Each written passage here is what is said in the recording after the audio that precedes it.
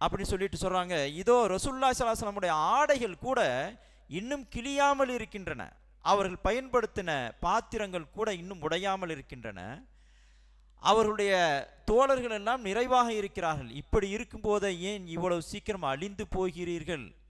அவங்க பயன்படுத்துகிற வாசகம் அது.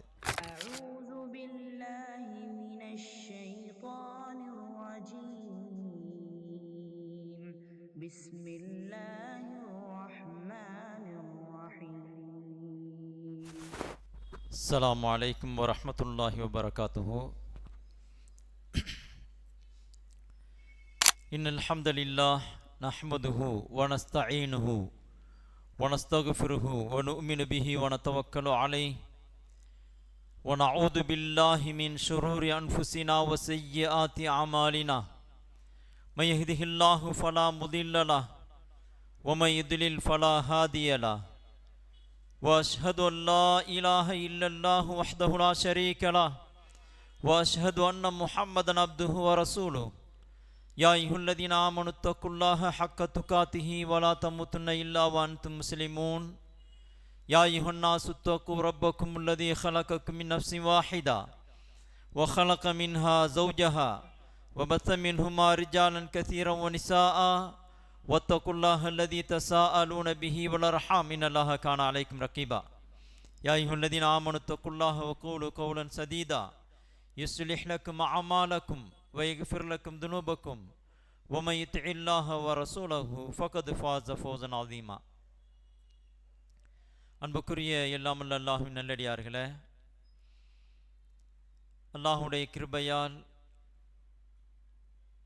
அல்லாஹ்வுடைய மார்க்கத்தை அறிந்து கொள்ளக்கூடிய ஒரு சிறப்புக்குரிய சபையிலே நாம் எல்லாம் பங்கெடுத்து கொண்டிருக்கிறோம். அல்லாஹ்வுடைய மார்க்கத்தை அறிந்து கொள்வதற்கான வாய்ப்பை நமக்கு தந்திருக்கிறான் அந்த வல்ல அல்லாஹ். இதற்காக நாம் அதிகமாக நன்றி செலுத்த வேண்டும். ஏனென்று சொன்னால், பலருக்கும் இது போன்ற வாய்ப்புகள் அமைவதில்லை. அல்லாஹு தாலா நமக்கு அவ்வப்போது மார்க்கத்துடைய விஷயங்களை பேசுவதற்கும் படித்து கொள்வதற்கும் கற்றுக்கொள்வதற்கும் நமக்கு இலகுவான வாய்ப்பை இது போன்ற மர்கஸ் மூலமாக, பொறுப்பாளர்கள் மூலமாக நமக்கு ஏற்படுத்தி தந்திருக்கிறான். நாம் இந்த வாய்ப்புகளை எல்லாம் பெறுவதற்கு பெற்றதனால் மிகப்பெரிய பாக்கியம் பெற்றவர்களாக இருக்கிறோம். எல்லாம் அல்லாஹு தாலா நம்மை மார்க்கத்தோடு தொடர்போடு இருப்பதற்காக இது போன்ற வாய்ப்புகளை நமக்கு அதிகமாக தருகிறான்.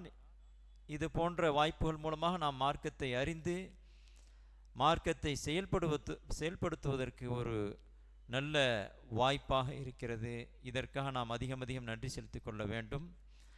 அன்புக்குரிய சகோதரர்களே, அல்ஹம்துலில்லாஹ், இன்றைக்கு பிதஅத்துகளை விட்டு விலகுவோம் என்கிற தலைப்பு கொடுக்கப்பட்டிருக்கிறது. பிதஅத் என்று சொன்னால் புதுமையானது, புதுமையானது என்பது அதனுடைய அர்த்தம். குர்ஆனிலே கூட அல்லாஹு தாலா இந்த வாசகத்திலிருந்து பிறக்கக்கூடிய வாசகத்தை அல்லாஹு தாலா பயன்படுத்தி இருக்கிறான். புதுமை அப்படிங்கிற அர்த்தத்தில் நபியை பார்த்து அல்லாஹு தாலா மக்கள்கிட்ட சொல்கிறான், குல் மா குன்து பித்அம் மினர் ருசுலி. அதாவது முஹம்மது ஸல்லல்லாஹு அலைஹி வஸல்லம் அவங்களுக்கு நபித்துவம் கொடுக்கப்பட்ட நேரத்தில் அவங்க அல்லாஹ்வுடைய செய்தியை மக்கள்கிட்ட சொன்ன நேரத்தில் அங்கே இருந்த மக்காவுடைய மக்கள் என்ன செஞ்சாங்கன்னு சொன்னால் எதிர்த்தாங்க.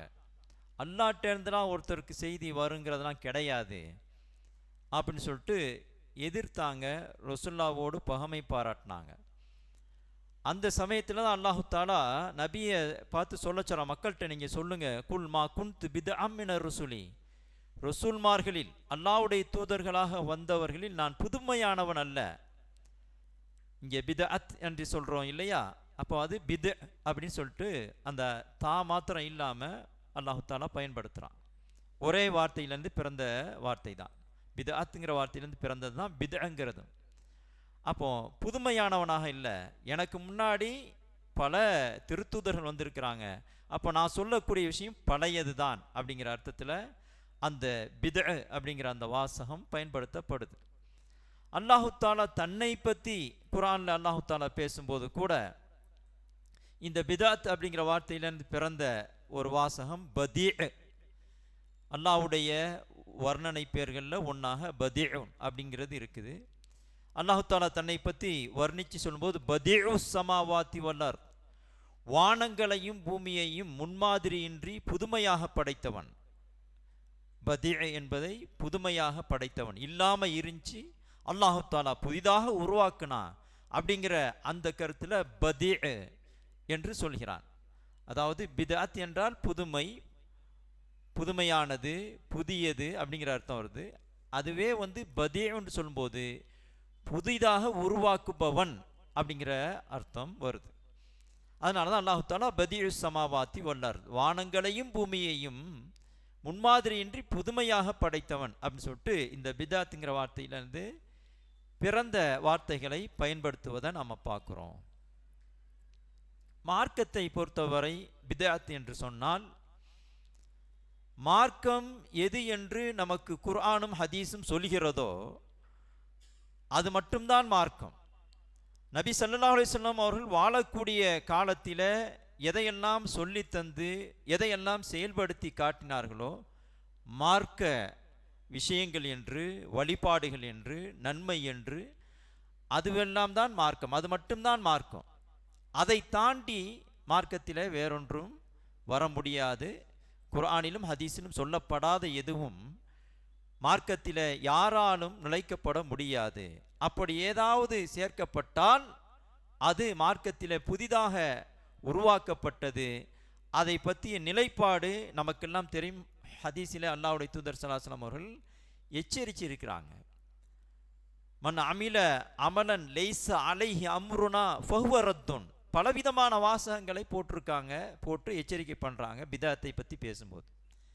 நான் சொன்ன இந்த ஹதீஸில் யார் நம்முடைய கட்டளை இல்லாமல், நம்முடைய உத்தரவு இல்லாமல் ஒரு காரியத்தை செய்கிறாரோ ஃபஹுவ ரத்துன், அது நிராகரிக்கப்படக்கூடியது என்று சொன்னார். அதாவது அதை நிராகரிக்க வேண்டும். அது எவ்வளவு அழகான காரியமாக இருந்தாலும், அல்லது ஒரு பக்திமான் உருவாக்கி காட்டினதாக இருந்தாலும், அந்த காரியத்தை செய்யும்போது நமக்கு பக்தி உணர்வு ஏற்படுகிறது அப்படின்னு இருந்தாலும் கூட அது அல்லாஹ்வும் ரசூலும் சொல்லவில்லை என்று சொன்னால் அது பித்அத் தான், புதிதாக உருவாக்கப்பட்டது தான். என்னுடைய உத்தரவு இல்லாமல் எது நடந்தாலும் அது நிராகரிக்கப்பட வேண்டியது என்று சொன்னார்கள். அதாவது இப்படியும் சொல்றாங்க ரசூல்லா. வேற மாதிரி ஒவ்வொரு சந்தர்ப்பத்திலையும் ஒவ்வொரு விதமான வாசகங்களை போட்டு எந்த விதத்திலும் மார்க்கத்தில் இல்லாத ஒன்று பூந்துடக்கூடாதுங்கிறதுக்காக பலவிதமான வாசகங்களை போடுறாங்க. இன்னொரு ஹதீஸில் எப்படி சொல்றான்னு சொன்னா, மன் அஹ்தஸ ஃபீ அம்ரினா ஹாதா மா லைஸ மின்ஹு ஃபஹுவ ரத்துன். யார் நம்முடைய மார்க்கத்தில், முதல்ல சொன்னது நம்முடைய உத்தரவு இல்லாமல் எதையாவது செய்தார் அப்படின்னு சொன்னாங்க.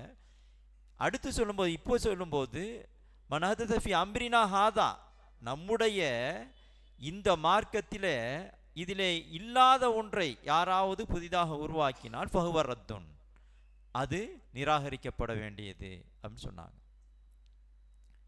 அப்படி பார்க்கும்போது அல்லாஹ்வுடைய தூதர் ஸல்லல்லாஹு அலைஹி வஸல்லம் அவர்கள் வெவ்வேறு வாசகங்களை பயன்படுத்தி இந்த பித்அத்துகளை கண்டிச்சு இருக்கிறாங்க. மார்க்கத்தில் அல்லாஹ்வும் ரசூலும் சொல்லாத ஒன்றை நன்மை என்று கருதி செய்யக்கூடாது அப்படிங்கிறது பல ஆயத்துகள் ஹதீஸ்கள் மூலமாக நமக்கு சொல்லப்பட்டிருக்குது. அல்லாஹு தாலா குர்ஆனில் இந்த மார்க்கத்தில் இல்லாத ஒன்றை ஏற்படுத்துறதை பற்றி எவ்வளவு கடுமையாக பேசுகிறான் அப்படிங்கிறத நம்ம பார்க்கணும். ஒரு வசனம் வருது, அல்லாஹு தாலா சொல்கிறான் குர்ஆனில், அம்லஹும் ஷுரகாஉ ஷரஊலஹும் மினத்தீனி மாலம் யஅதன் பிஹில்லா. எப்படி அல்லாஹு தாலா கடுமையாக கேட்குறான் பாருங்க. அவர்களுக்கு இணை தெய்வங்கள் இருக்கிறார்களா? ஷுரக்கான்னு சொன்னால் அல்லாஹ்வோடு இணை வச்சு வணங்கப்படுறாங்க இல்லையா? அந்த இணை தெய்வங்களைத்தான், இணை தெய்வம் அப்படிங்கிற அர்த்தத்தில் தான் ஷுரக்கா அப்படிங்கிற அந்த வார்த்தை பயன்படுத்தப்படுது. ஷரீக் என்று சொன்னால் இணையானவன். இப்போ அல்லாஹ்வுக்கு இணையானவனை ஏற்படுத்துகிறாங்க இல்லையா அந்த முஷ்ரிக்கான மக்கள். நம்ம மக்கள்லையும் அறியாமையினால அல்லாஹ்வுக்கு இணையானவர்களை, அதாவது அல்லாஹ்வுடைய தன்மையில் இணையானவரை ஏற்படுத்துவதும் உண்டு, என்ன அல்லாஹ்வை போல மறைமுகமான விஷயங்களை அறிவார்கள் என்று சொல்லி ஏற்படுத்துறதும் உண்டு, அல்லது வணக்கம் செஞ்சு அல்லாஹ்வுக்கு செய்கிற வணக்கத்தை மற்ற நல்லடியார்களுக்கும் செஞ்சு அந்த ஷரீக் என்கிற அந்த இணையானவர்களை ஏற்படுத்துறதும் உண்டு. அப்போது இணையாக்கப்பட்டவர், இணையானவர் அப்படின்னு சொல்கிறதுக்கு அரபி வாசம் என்ன சொன்னால் ஷரீக். அந்த ஷரீக்ங்கிற வாசகத்துடைய பன்மை தான், புளூரல் தான் ஷுரக்கா அப்படிங்கிறது. குர்ஆனில் நீங்கள் ஓதி இருப்பீங்க, ஷுரக்கா என்று வருது. அப்போ ஷுரக்கா என்றால் இணையானவர்கள், அதாவது முஷ்ரிக்குகள், இறை மறுப்பாளர்கள் அல்லாஹ்வுக்கு இணையானவர்களாக ஆக்கி கொண்டார்கள் இல்லையா, அவர்கள் அந்த தெய்வங்களை பற்றி, பொய் தெய்வங்களை பற்றி சொல்லும்போது தான் ஷுரக்கான்னு சொல்லப்படுது. அப்போ இவர்கள் ஏற்படுத்தியிருக்கக்கூடிய இணை தெய்வங்கள் இருக்கிறார்களா? ஷரவுலகும் மினத்தீனி, மார்க்கத்தில் இவர்களுக்கென ஒரு வழிமுறையை உருவாக்கி கொடுப்பதற்கு இணை தெய்வங்கள் இருக்கிறார்களா? மாலம் யதன் பிஹில்லா, அல்லாஹ் எதை அறிவிக்கவில்லையோ, அல்லாஹ் எதை அறிவிக்கவில்லையோ அதை இவர்களுக்கு, இந்த அதாவது இறை நிராகரிப்பாளர்கள் இருக்கிறாங்களே இந்த மக்களுக்கு மார்க்கமாக ஆக்கி கொடுக்க, வழிமுறையாக ஆக்கி கொடுக்க இணை தெய்வங்கள் இருக்கிறார்களா அப்படின்னு சொல்லிட்டு அல்லாஹ் தாலா கேட்குறான், கண்டித்து கேட்குறான்.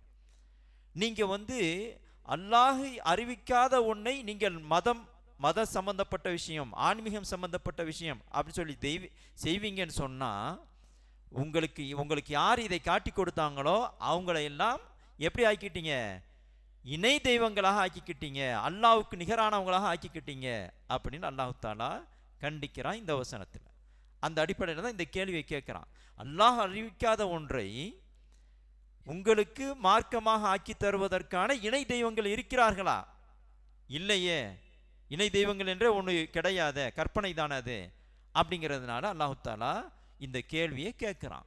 அப்போ யாராவது ஒருத்தர், முஸ்லிம்களாக இருக்கக்கூடியவர்கள், ஒரு பெரிய மனிதர் அல்லது ஒரு அறிஞராக அறியப்பட்டவர் ஒரு நல்ல காரியத்தை சொல்லி, ஒரு அவராக உருவாக்கின ஒரு காரியத்தை சொல்லி இது நல்ல காரியம், இதை செய்யணும், செஞ்சால் நன்மை கிடைக்கும் அப்படின்ட்டு சொல்லி உருவாக்கியிருந்தாங்கன்னு சொன்னால் அவர் ஒரு அறிஞர் தானே, அவர் ஒரு நல்ல பக்திமான் தானே, ஒரு வணக்கசாலி தானே, அவர் எவ்வளவு பிரச்சாரம்லாம் பண்ணியிருக்கிறாரு அப்படிங்கும்போது அது தப்பாக இருக்குமா? அதை செய்யலாம் தான் அப்படின்னு நியாயப்படுத்தினா என்ன ஆகுதுன்னு சொன்னால், இந்த வசனத்தில் அல்லாஹ் தஆலா கண்டிக்கிறான் இல்லையா, அந்த கண்டிக்கப்படக்கூடிய மக்களுக்குள்ள இந்த மாதிரி நியாயப்படுத்தக்கூடியவங்களும் வந்துடுவாங்க. அப்போது அல்லாஹ் அறிவிக்காத ஒன்று, அல்லாஹ் நேரடியாக வேதத்தில் அறிவிக்கலாம், அல்லது தன்னுடைய தூதருக்கு சொல்லி இது ஒரு நல்ல காரியம், இதை செய்யுங்கன்னு அறிவிச்சிருக்கலாம். இதை தாண்டி அல்லாஹ்வும் தூதரும் சொல்லாத ஏதாவது ஒன்றை மார்க்கத்தில் இது நல்ல காரியம் அப்படின்னு செய்ய ஆரம்பித்தாலே அது பித்அத்து. அது அல்லாஹ் எப்படி சொல்கிறான்னு சொன்னால், அந்த பித்அத்தை தோற்றுவிக்கலாம், ஒரு ஆள் நல்ல காரியம்னு சொல்லலாம், அதை நம்ம பின்பற்றலாம் அப்படின்னு சொன்னாலே அந்த யார் ஏற்படுத்தினாரோ அவரை நாம் ஷரீக், அல்லாஹ்வுக்கு இணையான தெய்வமாக ஆக்கி கொண்டோம் அப்படிங்கிறது தான் அர்த்தமாகும். அல்லாஹ் தாலா இந்த குர்ஆனுடைய வசனத்தில் கண்டிக்கிறது படி. அப்போ அந்த அளவுக்கு அல்லாஹ் தாலா மார்க்கத்தில் அறிவிக்காத ஒன்றை, அல்லாஹ்வும் ரசூலும் அறிவிக்காத ஒன்றை புதுசாக ஏற்படுத்துறத கண்டிச்சிருக்கிறத நாம் பார்க்குறோம். அல்லாஹ்வும் ரசூலும் கண்டிச்சிருக்கிறாங்க. சஹாபாக்களும் இந்த விஷயத்தில் ரொம்ப கடுமையாக இருந்தாங்க. சஹாபாக்கள் வாழக்கூடிய காலத்திலேயே சில மக்கள் சில புதுசான காரியங்களை உருவாக்குனாங்க. நீங்கள் பார்த்தீங்கன்னு சொன்னால் இன்னைக்கு கூட்டு திக்ரு செய்கிறது, கூட்டு திக்ரு கூட்டாக சேர்ந்து திக்ரு பண்ணுறது நடக்குதுல்ல, அதை நம்ம ஒரு நம்ம கூட அது பிதஅத்துனால நம்ம சாதாரணமாக எடுத்துக்கிறோம். ஆனால் சஹாபாக்கள் எந்த அளவுக்கு அந்த கூட்டு திக்ரு மேலே கடுமையான கோபப்பட்டிருக்கிறாங்க, கடுமையாக எந்த அளவுக்கு எச்சரிக்கை பண்ணியிருக்கிறாங்கன்னு சொன்னால் ஹதீஸ் கிதாபுகளில் வருது. சுனனு தாரிமி அது மாதிரி வேறு சில ஹதீஸ் கிதாபுகள்லாம் வருது ஒரு சம்பவம். அதாவது ரசூலுல்லாஹ்வுக்கு பின்னாடி சஹாபாக்கள் அந்த மக்களை வழி நடத்துகிறாங்க இல்லையா, ரசூலுல்லாஹ் இறந்து போயிட்டாங்க, சஹாபாக்கள் தான் அப்போது இஸ்லாத்தை ஏற்கக்கூடிய மக்கள் அதிகமாக வர்றாங்க, பல நாடுகளுக்கும் இஸ்லாம் பரவுது, சஹாபாக்கள் தான் எல்லா மக்களையும் வழி நடத்துகிறாங்க. மார்க்கத்தை அல்லாஹ்வுடைய தூதர்கிட்ட கற்றுக்கிட்ட அந்த மார்க்கத்தை சொல்லி கொடுக்குறாங்க. அதில் பிரபலமான, அதாவது சஹாபாக்கள்னால எல்லாருமே இல்முல ஒரே தரத்தில் இல்லை. சில சஹாபாக்கள் அந்த சஹாபாக்கள் சமுதாயத்திலேயே அறிஞர்களாக இருந்தாங்க. அப்படி பார்க்கும்போது 4 ஹலீஃபாக்கள், அது மாதிரி இப்னு மசூத் ரலியல்லாஹு அன்ஹு, இப்னு அப்பாஸ் ரலியல்லாஹு அன்ஹு, இந்த மாதிரியான சஹாபாக்கள்லாம் அந்த சஹாபாக்கள் சமுதாயத்தில் ஆலிம்கள், பெரிய ஆலிம்கள். இப்படி இருக்கக்கூடிய அந்த காலகட்டத்தில் இப்னு மசூத் ரலியல்லாஹு அன்ஹு உமர் ரலியல்லாஹு அன்ஹுவால் கூஃபா நகரத்துக்கு அவங்க ஆட்சி காலத்தில் அனுப்பப்பட்டாங்க. அங்கே போய் குர்ஆனையும் மற்ற மார்க்க விஷயங்களையும் கற்றுக் கொடுங்க அந்த பகுதியில் உள்ள மக்களுக்குன்னு சொல்லிட்டு அவங்க கூஃபாவில் இருந்தாங்க. அப்படி இருக்கும்போது ஒரு நிகழ்ச்சி நடக்குது. சுபுஹ் தொழுகைக்கு முன்னாடி கூஃபாவில் உள்ள பள்ளிவாசலில் பல பேர் சேர்ந்து என்ன செய்கிறாங்கன்னா, ஒவ்வொரு வட்டமாக உட்காந்துருக்குறாங்க. ஒரு வட்டம், ஒரு 5-6 பேர் சேர்ந்து ஒரு வட்டம், இன்னொரு 5-6 பேர் சேர்ந்து ஒரு வட்டம், இன்னொரு 5-6 பேர் சேர்ந்து ஒரு வட்டம். எல்லாரும் அவங்களுக்கு முன்னாடி 100 பொடி கல்லை எண்ணி சேகரித்து வச்சுக்கிட்டு உட்கார்ந்து இருக்கிறாங்க. அப்போ உட்கார்ந்து இருக்கும்போது அதில் ஒருத்தர் தலைவராக உட்காந்துக்கிட்டு, ஒரு 5 பேர் வட்டமாக இருக்காங்கன்னு சொன்னால் அதில் ஒருத்தர் தலைவர் மாதிரி உட்காந்துக்கிட்டு ஒரு வட்டத்தில் சொல்லுங்கள் லா இலாஹ இல்லல்லாஹ் 100 அப்படின்னு சொன்னோன்னே ஒவ்வொருத்தரும் அவங்களுக்கு முன்னாடி 100 கல் இருக்குது, பொடி கல் இருக்கு இல்லையா, லா இலாஹ இல்லல்லாஹ், லா இலாஹ இல்லல்லாஹ், லா இலாஹ இல்லல்லாஹ் அப்படின்ட்டு சொல்லி எடுத்து போடுறது. இது நடக்குது. பல வட்டங்களாக உட்காந்து பண்ணுறாங்க. திடீர்னு நடக்குது. இதை அபு மூஸல் அஷ்அரி ரலியல்லாஹு அன்ஹு அப்போ அந்த காலகட்டத்தில் அங்கே இருக்கிறாங்க கூஃபாவில். முதல்ல பள்ளிவாசலுக்கு போகிறாங்க. பள்ளிவாசல் போனால் திடீர்னு இந்த மாதிரி நடக்கிறத பார்த்த உடனே அவங்களுக்கு இது தப்பாக தெரியுது. ஆனால் நம்ம இப்னு மசூது இருக்கிறாங்க, அவங்கள்ட்டையும் சொல்லி அவங்களும் பார்க்கட்டும் அப்படிங்கிறதுக்காக ஒன்றும் சொல்லாமல் இப்னு மசூத் ரலியல்லாஹு அன்ஹுடைய வீட்டுக்கு போகிறாங்க. அவங்களுடைய மாணவர்கள்லாம் இப்னு மசூத் ரலியல்லாஹு அன்ஹுடைய மாணவர்கள்லாம் வீட்டு வாசலில் உட்காந்துருக்கிறாங்களாம். இப்னு மசூத் ரலியல்லாஹு அன்ஹு சுபுஹ் தொழுகைக்காக வெளியே வரட்டுன்னு சேர்ந்து போகலாம் அப்படின்னு சொல்லிட்டு. அப்போ இப்னு மசூத் ரலியல்லாஹு அன்ஹு வீட்டை விட்டு வெளியே வர்றாங்க. அபு மூஸா ரலியல்லாஹு அன்ஹு இந்த செய்தியை சொல்கிறாங்க. அப்போ வாங்க போய் பார்ப்போன்னு சொல்லிட்டு அங்கே பள்ளிவாசலுக்கு வர்றாங்க. இந்த மாதிரி நடக்குது. அதாவது ஒவ்வொரு வட்டமாக, ஒரு வட்டத்தில் எத்தனை பேர், ஒரு ஹல்கான்னு சொல்கிறாங்கல்ல, அந்த வட்டத்தில் எத்தனை பேருங்கிறது சொல்லப்படலை. இப்போ 5-6 பேர் இருக்கலாம் அல்லது 10 பேர் இருக்கலாம். இப்படி இங்கே ஒரு வட்டம், அங்கே ஒரு வட்டம், அங்கே ஒரு வட்டம், இந்த மாதிரி பொடிக்கற்களை எல்லாரும் 100 வச்சுக்கிட்டு ஒரு தலைவர் மாதிரி ஒருத்தர் இருந்து சொல்கிறாரு. இப்போ லா இலாஹ இல்லல்லாஹ் 100 சொல்லுங்கள், லா இலாஹ இல்லல்லாஹ் 100 சொல்கிறேன். அப்புறம் அல்லாஹு அக்பர் 100 எண்ணி போடுறது. அல்லாஹு அக்பர், அல்லாஹு அக்பர், அல்லாஹு அக்பர்னு சொல்லி. இப்போ தஸ்பீஹ் மணியை வச்சு நவீனத்தில் தஸ்பீஹ் மணியை வச்சு பண்ணுறாங்க. அந்த மாதிரி இப்படி நடக்குது. இதை போய் பார்த்துட்டு நல்லா கவனிக்கணும். இப்னு மசூத் ரலியல்லாஹு அன்ஹு கேட்குறாங்க, நீங்கள் என்ன பண்ணுறீங்க அப்படின்னு கேட்குறாங்க. அப்போது அந்த திக்ர் பண்ணிக்கிட்டு இருக்கக்கூடிய உங்களில் முக்கியமான ஒருத்தர் சொல்கிறாரு, நாங்கள் திக்ர் பண்ணி அதை எண்ணிக்கிட்டு இருக்கிறோம் அப்படின்னு சொல்கிறாங்க. எண்ணிக்கிட்டு இருக்கிறோம் அப்படின்னு சொல்லும்போது சொன்னாங்க, நீங்கள் உங்களுடைய தீமைகளை எண்ணுங்கள் அப்படின்னு சொல்கிறாங்க.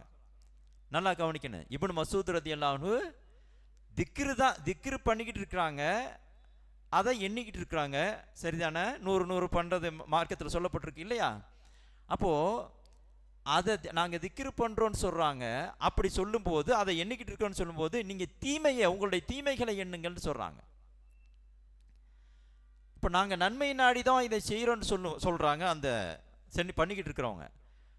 அப்போது இப்னு மசூத் ரலியல்லாஹு அன்ஹு எப்படி தெரியுமா பதில் சொல்கிறாங்க, எத்தனையோ நன்மை நாடக்கூடியவர்கள் அவர்கள் அதை அடைவதில்லை அப்படின்னு சொல்லிட்டு கண்டிக்கிறாங்க. அவங்கள எப்படி கண்டிக்கிறாங்க பாருங்க.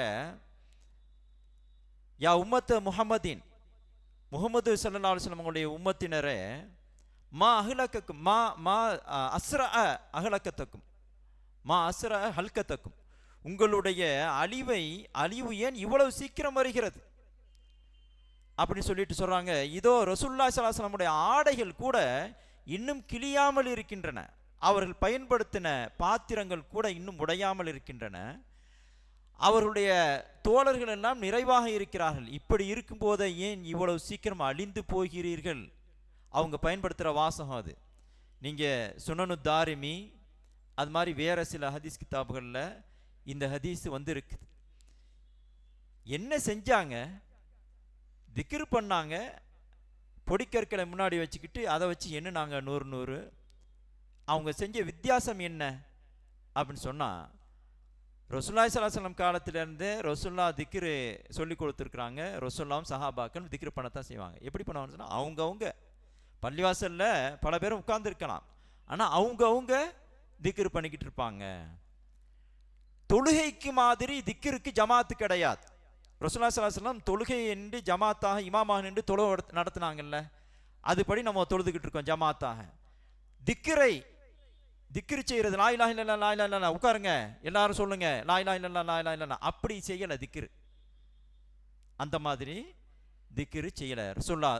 லா இலாஹ இல்லல்லாஹ் எல்லாரும் லா இலாஹ இல்லல்லாஹ் 100 தடவை சொல்றது அல்லது கூடுதல் குறைய சொல்றது, அப்புறம் அல்லாஹ் அக்பர் எல்லாரும் சேர்ந்து சொல்றது, இப்படி நடக்கலை. அதனால தான் இப்னு மஸ்ஊத் ரலியல்லாஹு அன்ஹு இந்த அளவு கோபப்படுறாங்க. ரசூலுல்லாஹி ஸல்லல்லாஹு அலைஹி வஸல்லம் எங்களுக்கு இப்படி காட்டி தரல, எங்களுக்கு இந்த மாதிரி சொல்லி தரல, நாங்கள்லாம் ரசூலுல்லாஹ்ட்ட பாடம் படித்த நாங்கள்லாம் இருந்துக்கிட்டு இருக்கிறோம், எப்படி எப்படி மார்க்கத்துடைய இபாதத்துகளை வணக்க வழிபாடுகளை செய்யணுங்கிறது நாங்கள் செஞ்சுக்கிட்டு இருக்கிறோம், நீங்கள் வந்து எப்படி திடீர்னு இப்படி புதுசாக செய்யலாம் அப்படிங்கிறதுனால தான் அவ்வளவு கோபப்படுறாங்க. வாசகம் எப்படி வருது? நீ ஏன் இவ்வளவு சீக்கிரம் அழிந்து போகிறீர்கள்?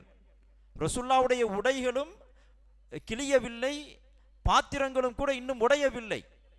அப்படி இருக்கும்போது நீங்கள் ஏன் இவ்வளவு சீக்கிரம் அழிஞ்சு போறீங்க அப்படின்னு சொல்கிறாங்க. சொல்லிட்டு இன்னொரு வாசகம் சொல்கிறாங்க, நீங்கள் இப்படி செய்கிறீங்கன்னு சொன்னால், ஒன்று ரசூலுல்லாஹி ஸல்லல்லாஹு அலைஹி வஸல்லம் அவருடைய சஹாபாக்களை விட நீங்கள் சிறந்த வழிமுறையில் இருக்க வேண்டும், அல்லது வழிகேட்டின் வாசலை திறக்க வேண்டும், திறக்கக்கூடியவர்களாக இருக்க வேண்டும். இந்த ரெண்டு தான். எப்படி சொல்றாங்க? இப்னு மஸ்ஊத் ரலியல்லாஹு அன்ஹு ரசூலுல்லாஹ்வுடைய சஹாபாக்களை விட சிறந்த வழியிலே, நேர்வழியிலே, மிகுந்த நேர்வழியிலே நீங்கள் இருக்க வேண்டும், அல்லது வழிகேட்டின் வாசலை திறக்கக்கூடியவர்களாக இருக்க வேண்டும். இதுல ரெண்டுல எது சரியா இருக்கு சொல்லுங்க.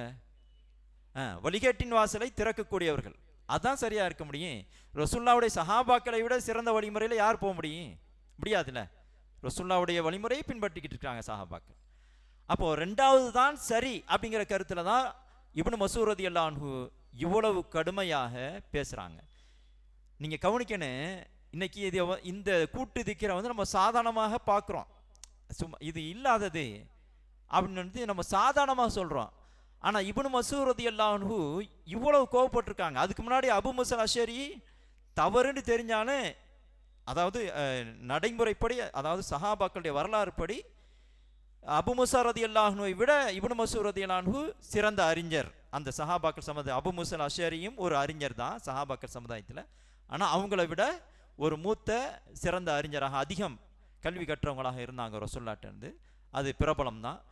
அப்போ அந்த அடிப்படையில் தான் அபு மூஸா ரலியல்லாஹு அன்ஹு அவங்கள்ட்டையும் சொல்லுவோம், அவங்க வந்து பார்க்கட்டும் அப்படின்னு சொல்லிட்டு சொன்னாங்க. அப்போ அபு மூஸா ரலியல்லாஹு அன்ஹுக்கும் அதில் ஆட்சேபனை வருது. ஆனால் இவங்க நம்மளை விட மூத்த அறிஞர் சொல்லட்டும் அப்படிங்கிறதுக்காக அவங்கள கூட்டிகிட்டு வந்தாங்க. இவ்வளவு கடுமையாக பேசுகிறாங்க, நம்ம கூட இவ்வளவு கடுமையாக பேச மாட்டோம். அப்போ அந்த அளவுக்கு பிதாத்து மேலே கடுமை காட்டி இருக்கிறாங்க சஹாபாக்கள். அவங்க காலத்தில் பெரிய அளவுலாம் பிதாத்து வந்திருக்காது, இந்த மாதிரி ஆரம்பிச்சது அப்பவே வந்து தடுத்தாங்க. அது மாதிரி சஹாபாக்களுடைய நிலையை பார்த்தோம்னு சொன்னா, அபு தர்தா ரலியல்லாஹு அன்ஹு அவங்க வந்து ஒரு தடவை கோபத்தோட வீட்டுக்குள்ள நுழைகிறாங்களாம். அபு தர்தா ரலியல்லாஹு அன்ஹு, அவங்களுடைய மனைவி உம்மு தர்தா ரலியல்லாஹு அன்ஹா இருக்கிறாங்க. அவங்களுடைய கோபத்தை பார்த்த உடனே, என்ன நீங்க ஏன் இப்படி கோபமா வர்றீங்க அப்படின்னு கேட்கும்போது, அபு தர்தா ரலியல்லாஹு அன்ஹு ஒரு வார்த்தை சொல்றாங்க, நல்லா கவனிக்கணும். நான் இவர்கள் முஹம்மது ஸல்லல்லாஹு அலைஹி வஸல்லம் அவர்களுடைய அந்த தீனுடைய செயல்பாடுகளில் ஜமாத்தாக தொழுகிறார்கள் என்பதை தவிர வேறு எதையும் ரசூலுல்லாஹ்வுடைய அந்த தீனிலிருந்து எதையும் நான் பார்க்கவில்லை இவர்கள் செய்வதாக அப்படின்னு சொல்றாங்க. என்ன தெரியுது? அப்பவே சில பிதஅத்துகள் உருவாகி இருக்குது. சஹாபாக்கள் இவ்வளவு தூரம் வெறுத்து இருக்கிறாங்க. எவ்வளவு கடுமையாக பேசுகிறாங்க. ரசுல்லாவுடைய தீனில் இந்த ஜமாத்தாக தொழுகிறாங்கல்ல, 5 வேளை தொழுக, இதை தவிர வேற எதுவுமே இவங்க செய்யலை, எல்லாத்தையுமே மாற்றமாக தான் செய்கிறாங்க, புதுசாக தான் உருவாக்குறாங்க அப்படிங்கிற அந்த அர்த்தத்தில் அபு தர்தா ரலியல்லாஹு அன்ஹு சொல்கிறாங்கன்னு சொன்னால், அப்போவே சில பிதஅத்துகள் உருவாகி இருக்குது, மார்க்கத்தில் இல்லாத விஷயங்களை மக்கள் செஞ்சிருக்கிறாங்க, சஹாபாக்கள் அது விஷயத்தில் கடுமை காட்டி இருக்கிறாங்க அப்படிங்கிறத நம்மளால் புரிஞ்சுக்கிற முடியுது.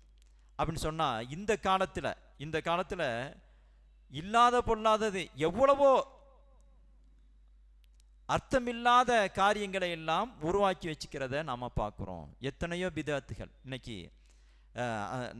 சஹாபாக்கள் காலத்தில் உட்கார்ந்து எண்ணி போட்டாங்க, பொடிக்கல்ல வச்சுக்கிட்டு. ஜமாத்து கிடையாது, திக்ருக்கு ஜமாத்து கிடையாது, இமாம் கிடையாது அப்படிங்கிற அடிப்படையில் இப்னு மஸ்ஊத் ரலியல்லாஹு அன்ஹு அந்த அளவுக்கு கோபப்பட்டாங்க. இன்னைக்கு அந்த திக்ரில் எப்படியெல்லாம் மாற்றங்கள் வந்திருக்குதுன்னு சொன்னால், அதாவது நின்றுக்கிட்டு ஒவ்வொருத்தரும் கையை பிடிச்சிக்கிட்டு ஆடிக்கிட்டு திக்ரு பண்ணுறது பார்த்துருக்கீங்களா? ஆடிக்கிட்டு நின்றுக்கிட்டு திக்ரு பண்ணுறது இருக்குது. அல்லாஹ் அல்லாஹ் அல்லான்னு சொல்லிட்டு வட்டமாக கையை பிடிச்சிக்கிட்டு அல்லாஹ் அல்லாஹ் அல்லான்னு சொல்லிட்டு எல்லாரும் சேர்ந்து கத்துறது, அந்த அந்த அந்த ஏரியாவே அதிரும். அது மாத்திரம் இல்லை, அதுவே பெரிய தப்பு. அதை அல்லாஹ்வுடைய பேரை சுருக்கி அதாவது அல்லாஹுல ஆரம்பத்தில் அலிஃப் இருக்குது, கடைசியில் ஹா இருக்குது, ஆவையும் இஹையும் சேர்த்து சுருக்குறாங்களாம் அல்லாஹ்வுடைய பேரை அப்படின்னு சொல்லிட்டு திக்ரு பண்ணுறது. அப்போ இதையெல்லாம் பார்த்தா அந்த சஹாபாக்கள் எவ்வளவு கடுமையாக கோவப்படுவாங்க, எவ்வளவு கடுமை, ஆயுதத்தை தூக்கி தாக்க மாட்டாங்களா? அந்த அளவுக்கு ஒரு கடுமையான மோசமான பிதஅத்துகள்லாம் இந்த காலத்தில் பிற்காலத்தில் உருவாகி இருக்குது. ஆக நாம் பிதஅத்து விஷயமாக நாம் அதிகமாக நாம் பேசுகிறோன்னு சொன்னால், குறிப்பாக குர்ஆன் ஹதீஸை பின்பற்றக்கூடிய மக்கள், சலஃபு சாலிஹின்களுடைய வழிமுறையில் இருக்கக்கூடிய மக்கள் பிதஅத்துகளை பற்றி பேசுகிறோன்னு சொன்னால், இப்போ கூட அதிகமாக பேசப்படுது என்னன்னு சொன்னால், அந்த பிதஅத்துகள் வளர்ந்துக்கிட்டே இருக்குது, பல வடிவங்கள் பெறுது, போக மாட்டேங்குது, எவ்வளோ பிரச்சாரம் பண்ணாலும் போக மாட்டேங்குது. அப்போ பேச வேண்டிய தேவைகள் இருக்குது. அதனால தான் இந்த தலைப்பை இந்த சமயத்தில் கொடுத்துருக்குறாங்க. நீங்கள் பார்த்தீங்கன்னு சொன்னால், பிதஅத்துகள் எப்படியெல்லாம் வந்திருக்குன்னு சொன்னால் நம்ம பார்க்குறோம். இப்போ அதாவது வரக்கூடிய இந்த மாதம் ஷாபான் பிறந்து இருக்குது, இதில் ஒரு பிதஅத்து. இப்போ முடிஞ்ச மாதத்தில் ஹதீஸ்கள்லாம் கிடையாது, வர்ற மாதத்துக்காவது ஏதோ பலவீனமான ஹதீஸ்கள் இருக்குது. முடிஞ்ச மாதம் ரஜப் மாதத்தில் இப்போ சில நாட்களுக்கு முன்னாடி ஒரு கொண்டாட்டம் வந்துச்சு இல்லையா? என்ன கொண்டாட்டம் வந்துச்சு? மேராஜ் இரவு, இஸ்ரா மேராஜ் அப்படின்னு சொல்லப்படக்கூடிய இரவு பயணம், ரசூலுல்லாஹி ஸல்லல்லாஹு அலைஹி வஸல்லம் சென்ற இரவு பயணம் மேராஜ். இஸ்ரா என்று சொன்னால் இரவு பயணம் செல்வது, சரிதானே? மேராஜ் என்று சொன்னால் ஏறி செல்வது. ஒரே இரவில் நடந்தது தான், ஆனால் தனித்தனி நிகழ்வு. அல்லாஹு தாலா இஸ்ராவை பற்றி சொல்லும்போது, சுப்ஹானல்லதி அஸ்ரா பி அப்திஹி லைலம் மினல் மஸ்ஜிதில் ஹராமி இலல் மஸ்ஜிதில் அக்ஸல்லதி பாரக்னா ஹவ்லஹு அப்படின்னு சொல்லிட்டு அல்லாஹு தாலா சொல்கிறான். அதாவது மஸ்ஜிதுல் ஹராமிலிருந்து மஸ்ஜிதுல் அக்ஸாவுக்கு, மக்காவிலிருந்து பலஸ்தீனில் பைத்துல் முக்கத்தஸில் இருக்கக்கூடிய அந்த புனித தலமாகிய மஸ்ஜிதுல் அக்ஸாவுக்கு அல்லாஹு தாலா ஒரு இரவில் அழைத்து சென்றான். அவன் தூய்மையானவன் சொல்லிட்டு அல்லாஹு தாலா ஒரே இரவில் அழைத்து சென்றதை அல்லாஹு தாலா பேசுகிறான். அது அப்போ நடந்தது தான். அதை தொடர்ந்து நடந்தது தான் மேராஜ் அப்படிங்கிறது. மேராஜ் என்றால் ஏறி செல்வது அப்படின்னு அர்த்தம். அதாவது வானலோகத்துக்கு அல்லாஹ்வுடைய தூதர் ஸல்லல்லாஹு அலைஹி வஸல்லம் அவர்கள் ஏறி சென்றார்கள். ஜிப்ரீல் அலைஹிஸ்ஸலாம் அவர்களோடு அல்லாஹு தாலா அனுப்பிய புராக் என்கிற வாகனத்தின் மூலமாக. அது ஹதீஸ்களில் நம்ம படிச்சிருக்கலாம். வானலோகம் போய் ஒவ்வொரு வானத்திலும் நபிமார்களை சந்திச்சாங்க. இறுதியாக 7 வானம் தாண்டிய பிறகு அல்லாஹ்வோடு உரையாடினாங்க. அப்போ தான் 5 வேளை தொழுகையெல்லாம் கடமையாக்கப்பட்டதுங்கிறது ஒரு நீண்ட செய்தி, நாமெல்லாம் தெரிஞ்சிருப்போம். ஆக இந்த நிகழ்வு நடந்தது பற்றி வரலாறுல ரசூலுல்லாஹி ஸல்லல்லாஹு அலைஹி வஸல்லம் அவங்களுடைய வரலாறுல பார்க்கும்போது வெவ்வேறு வருடங்கள் சொல்லப்பட்டிருக்குது.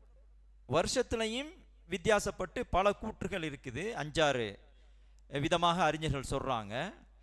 சில பேர் 5வது, அதாவது நுபுவத்துடைய 5வது வருஷமே நடந்துச்சின்னு சொல்கிறாங்க சில பேர்.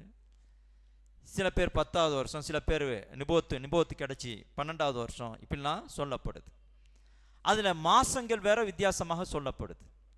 அதில் ஒன்று தான் ரஜபு 27ங்கிறது. அந்த கூற்றுகளில் ஒன்று. ரஜபு 27 தான் சொல்லப்படலை வரலாறுல. ஏன் அப்படி சொல்லப்படலைன்னு சொன்னால், அது அப்போவே பதிவு செய்யப்படலை, அது முக்கியமானது அல்ல, அந்த நாள் என்பது முக்கியம் இல்லை. அப்படிங்கிறதுனால தான் ரசூலுல்லாஹி ஸல்லல்லாஹு அலைஹி வஸல்லம் வந்து அந்த நாளை குறிப்பிட்டு சொல்லலை, அல்லது சஹாபாக்கள் அந்த நாள் இந்த நாள் அப்படின்னு சொல்லிட்டு பதிவு பண்ணி கொண்டு வரலாம் நம்ம வர. அதனால தான் பலவிதமான கூற்றுகளாக கருத்து வேறுபாடோடு இருக்குது.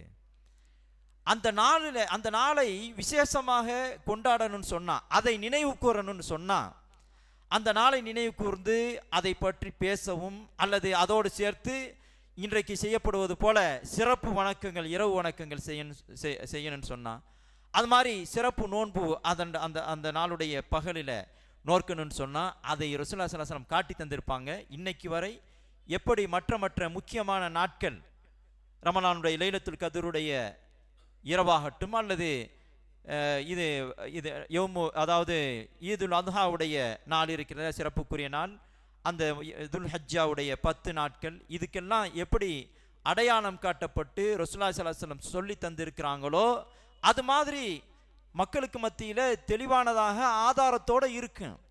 நாம் இந்த கடந்து போன இந்த மேராஜ் இரவுடைய நினைவு கூறலுக்கு, அல்லது அந்த இரவில் வந்து சிறப்பு வணக்கம் செய்வதற்கு, அல்லது அந்த நாளை அந்த இரவை உயிர்ப்பிப்புன்னு சொன்னால் வணக்கங்களை செஞ்சு அந்த நாளை உயிரோட்டத்தோடு வைக்கிறது, இதுக்கெல்லாம் ஆதாரம் கிடையாது. இதெல்லாம் ரசூலுல்லாஹ் செஞ்சாங்கன்னு கிடையாது, அறவே கிடையாது.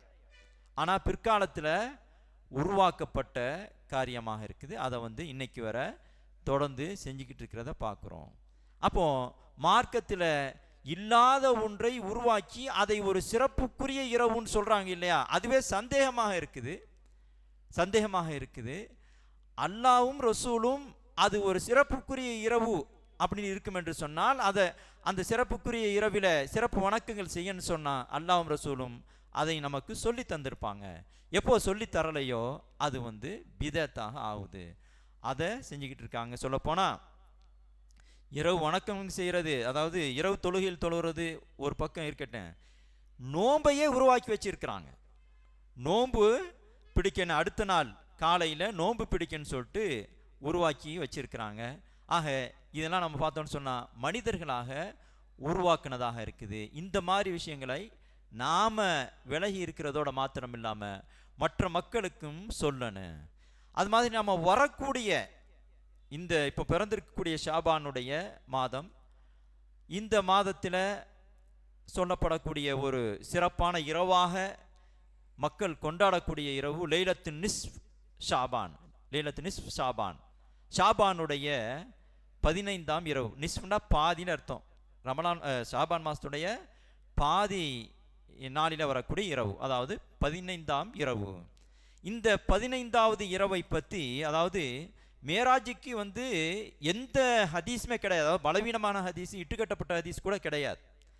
ஆனால் இந்த இரவை பொறுத்தவரை சில ஹதீஸ்கள் பதிவு செய்யப்பட்டிருக்குது, ஹதீஸ் கிதாபுகளில் வந்திருக்குது.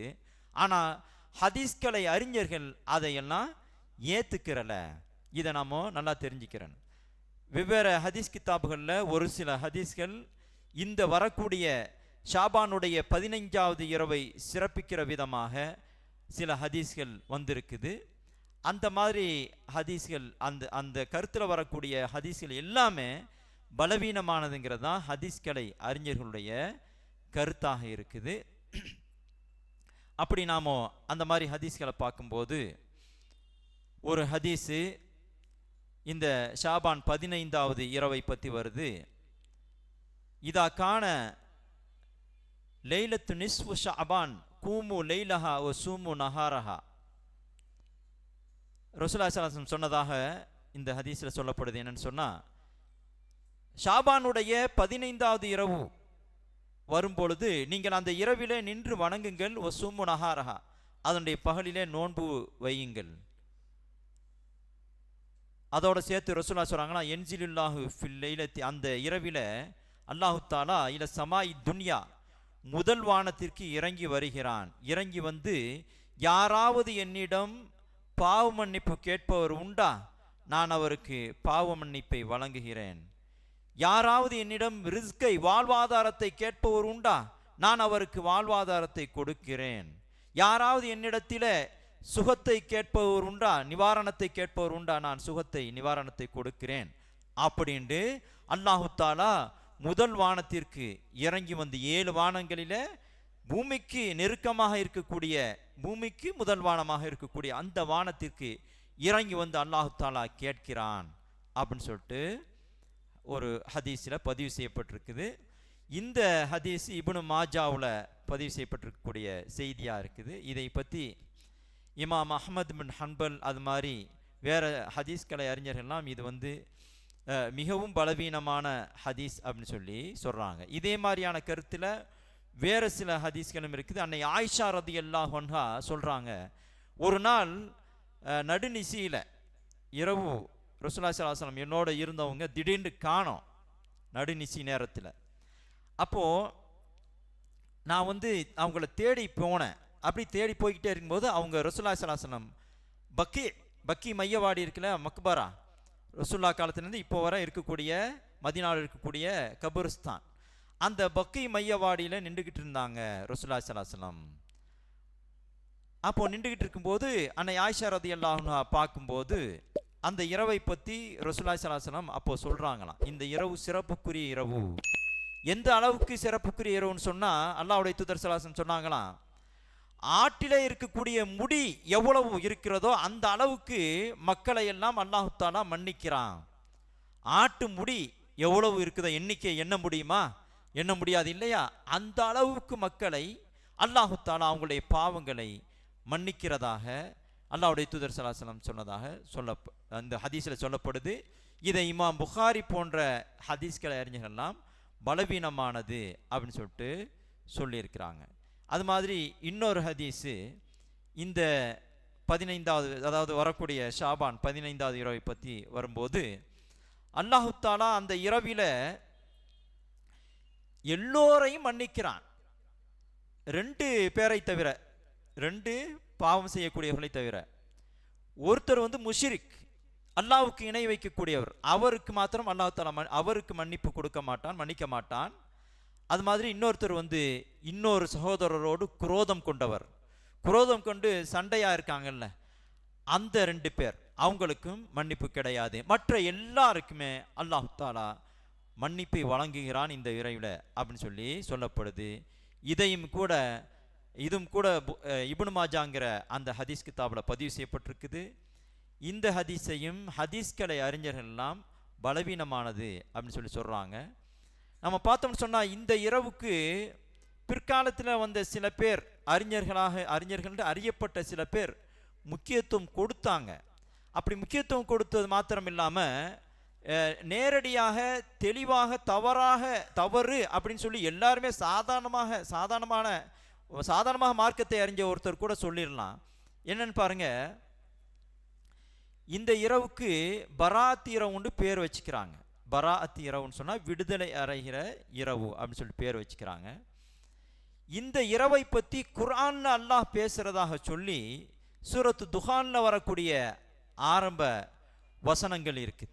அந்த ஆரம்ப வசனங்களில் இன்னா அன்சல்னாஹு ஃபி லைலத்தின் முபாரக்கத்தின், இன்னா அன்சல்னாஹு ஃபி லைலத்தின் முபாரக்கத்தின், பாக்கியம் பொருந்திய இரவில் இந்த குர்ஆனை இதனை இறக்கி வைத்தோம், அதாவது குர்ஆனை இறக்கி வைத்தோம் அப்படின்னு சொல்லிட்டு அல்லாஹ் தாலா சொல்கிறான்.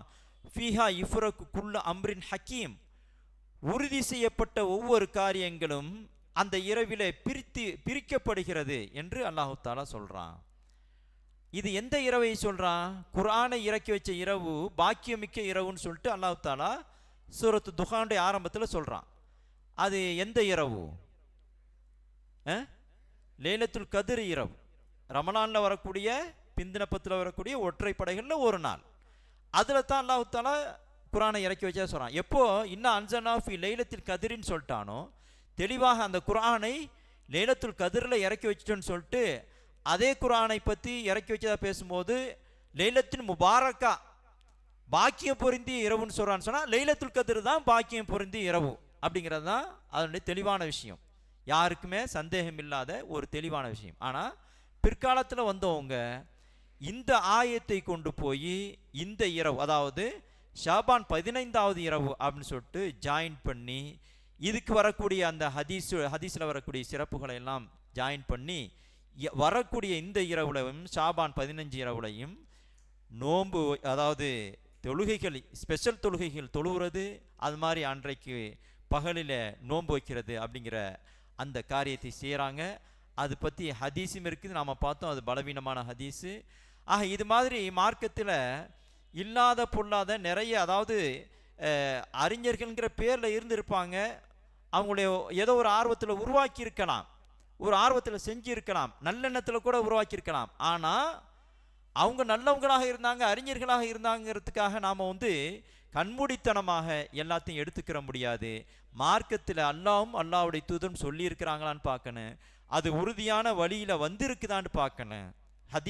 ஹதீஸ்களை ஆதாரம் காட்டும்போது சரியான உறுதியான பலமான அறிவிப்பாக வந்திருக்கான்னு பார்க்கணும். அப்படி இல்லைன்னு சொன்னால் அதை நாம் எடுத்துக்கொள்ள வேண்டியதில்லை, அதுலேருந்து நம்ம தூரமாக இருக்கணும். ஆக இந்த மாதிரி பிதஅத்துகளான காரியங்கள் நிறைய நம்முடைய சமுதாயத்தில் நுழைக்கப்பட்டிருக்குது. அப்படி நுழைக்கப்பட்டிருக்கக்கூடிய பிதஅத்துகள் எல்லாமே வழிகேடு தான் அப்படின்னு சொல்லிட்டு அல்லாஹ்வுடைய தூதர் ஸல்லல்லாஹு அலைஹி வஸல்லம் ஹதீஸ்களில் எச்சரிக்கையாக சொல்லியிருக்கிறாங்க. எப்படி சொல்கிறாங்க? இன்ன குல்ல முஹ்தஸத்தின் பித்ஆ, எதுவெல்லாம் புதிதாக உருவாக்கப்படுகிறதோ அதுவெல்லாம் பிதஅத், புதுமையானது பிதஅத் ஆகும்.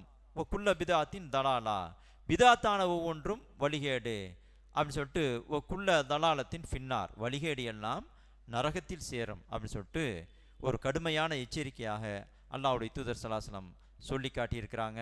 ஆக நாம் பிதஅத்துங்கிறதுக்கு அளவுகோல் வச்சுக்கிறேன்னு அல்லாஹ்வும் ரசூலும் மார்க்கமாக சொல்லி காட்டியிருக்காங்கன்னு சொன்னால், மார்க்கத்தில் செய்யணும் அப்படின்னு சொல்லியிருக்கிறாங்கன்னு சொன்னால், ஏதோ ஒரு விதத்தில் கடமையாக ஆக்கியிருந்தாலும் சரி அல்லது ஆர்வம் மூட்டியிருந்தாலும் சரி, ஏதோ ஒரு விதத்தில் அதை செய்யணும்னு காட்டியிருந்தால்தான் அது மார்க்கத்தில் உள்ள நாம் செஞ்சு நன்மை அடையக்கூடிய ஒரு காரியமாக இருக்கும். அப்படி இல்லைன்னு சொன்னாலே, அந்த மாதிரி காரியங்கள் அதுக்கு ஆதாரம் இல்லைன்றாலோ அல்லது பலவீனமான ஆதாரங்கள் மட்டுமே இருக்குன்னு சொன்னாலோ நாம் அதிலேருந்து விலகி இருக்கணும். விதத்தான காரியங்கள் எதுவாக இருந்தாலும் அதிலேருந்து நாம் தூரமாக இருக்கணும். நமக்கு அல்லாஹ்வும் ரசூலும் சொன்ன ஆதாரபூர்வமான நல்ல அமல்களே போதுமானது. அதை நாம் செஞ்சாலே, அதை நாம் நிறைவாக செஞ்சாலே நமக்கு போதுமானது. அல்லாஹு தாலா இம்மையிலும் மறுமையிலும் நிறைவான கூலியை தருவான். எல்லாம் அல்லாஹு தாலா அவனுடைய மார்க்கத்தை சரியான முறையில் அறிந்து, அவனுடைய மார்க்கம் எந்த விதத்தில் அவனுடைய தூதரால் நம்மிடத்தில் முன்வைக்கப்பட்டதோ அதை சரியான முறையில் அறிந்து செயல்படுத்துவதற்கு நம் அனைவருக்கும் அல்லாஹு தாலா நல்லுதவி செய்வானாக. வ ஆஹிர் தாவானா அனில் ஹம்துலில்லாஹி ரப்பில் ஆலமீன்.